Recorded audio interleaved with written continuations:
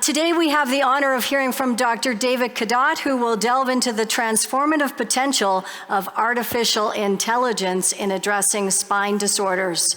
Dr. Cadotte is a neurosurgeon and an assistant professor in the Department of Clinical Neurosciences at the University of Calgary. His medical and academic career has been dedicated to advancing neurosurgical techniques with the aim of improving quality of life for Albertans. Hear, hear. Please join me in welcoming Dr. David Cadotte as he reveals how AI can help us all down the road. Thank you. Thanks. There we go. Thanks for having me. This is a wonderful event. I participated in this event 4 years ago, and it's really a pleasure to be back.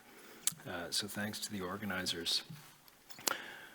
So I'm a surgeon, and after an undergraduate degree and 4 years of medical school, I studied for another 10 years at the University of Toronto with a PhD in medical imaging, and another year at the University of Calgary to train as a spine surgeon.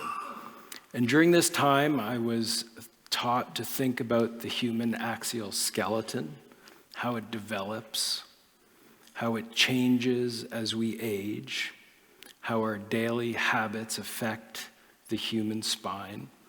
I think about how our genes interact with our environment. I feel compassion for people that suffer from spine-related pain and other arthritic diseases.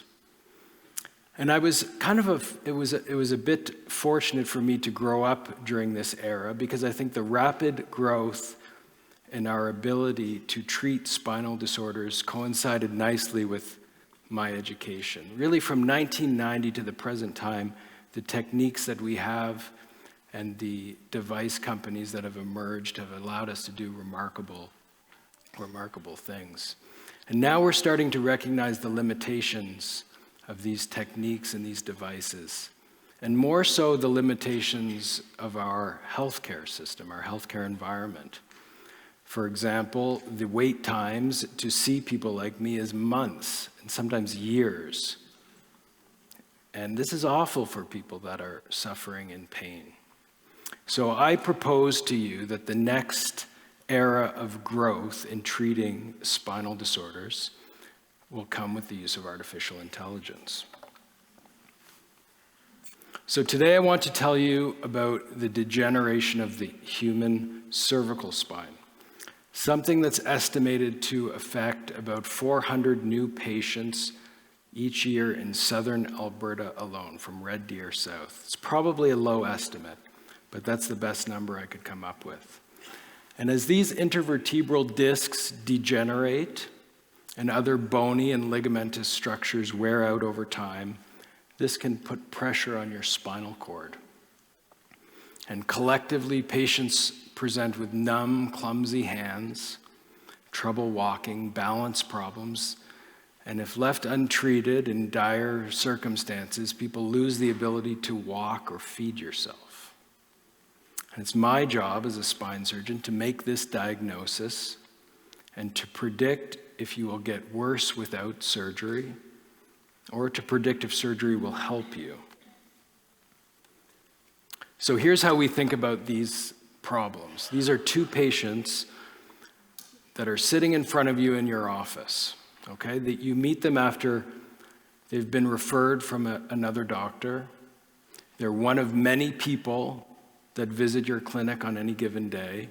You have about 30 minutes, maybe 60 minutes, to meet them, to learn about their story, to take their clinical history, to review their medical history, examine their neurological function, review imaging studies such as these 2 MRIs that are shown here, and communicate your thoughts to these patients. You want to encourage the patient who will deteriorate to have surgery, to take on the risk of our hands in the operating room in order to stave off the possibility of neurological deficits in the future.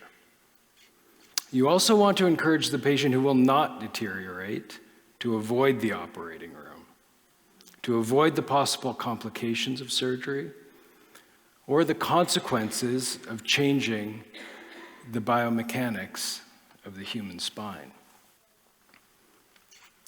So to help make the best decisions, surgeons use an enormous amount of data.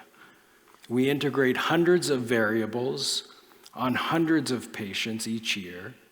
We read and we study the scientific literature for unique insights into this disease process and treatment options.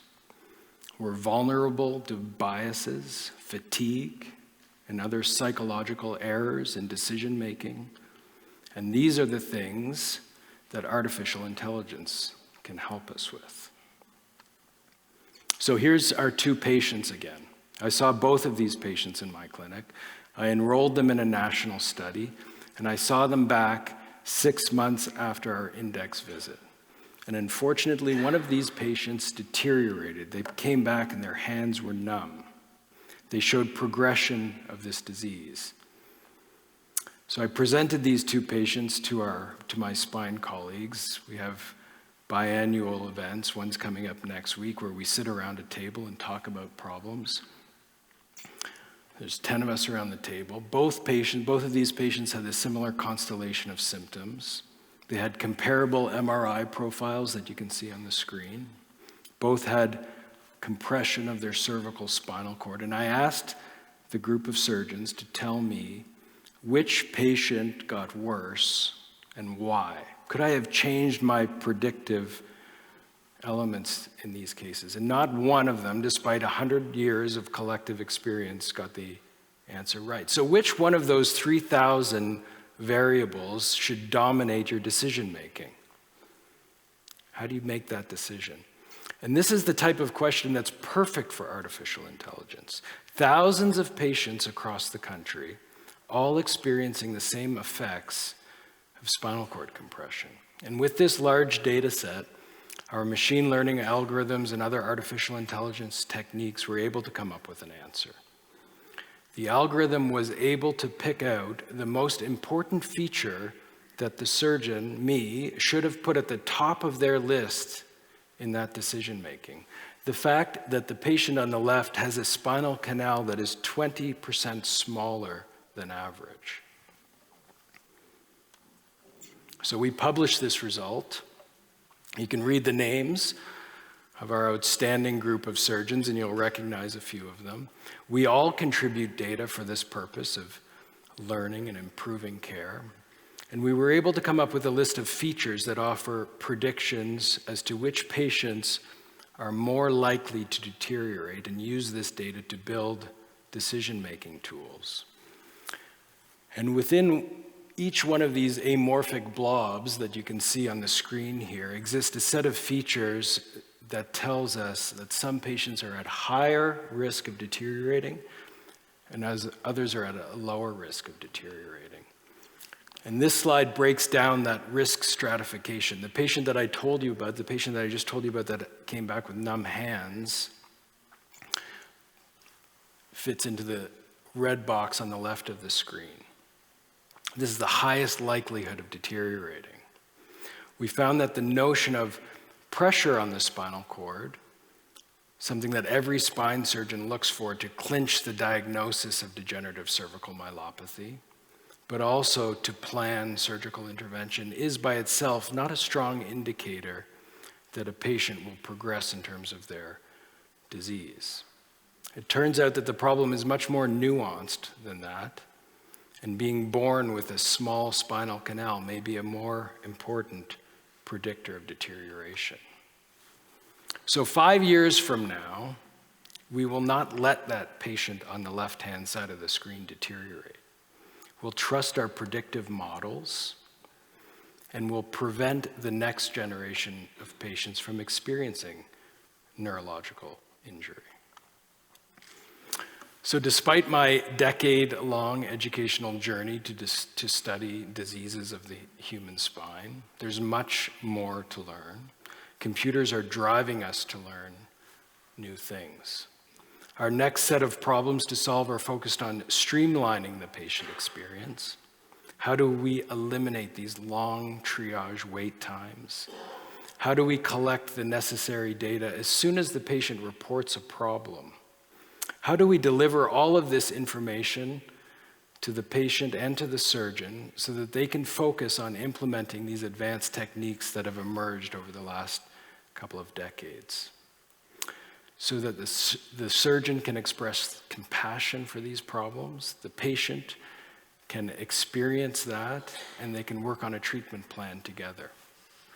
These artificial intelligence techniques and the compute power of modern data processing will take the problem of data integration and predictive analytics away from the busy, fatigued surgeon and allow them to focus on the aspects of their training as a doctor that are important to us as a society. Compassion for the disease and the skill of their hands to help fix these problems. Thanks very much, and I'm sure we'll engage in a lively discussion with everyone on the stage.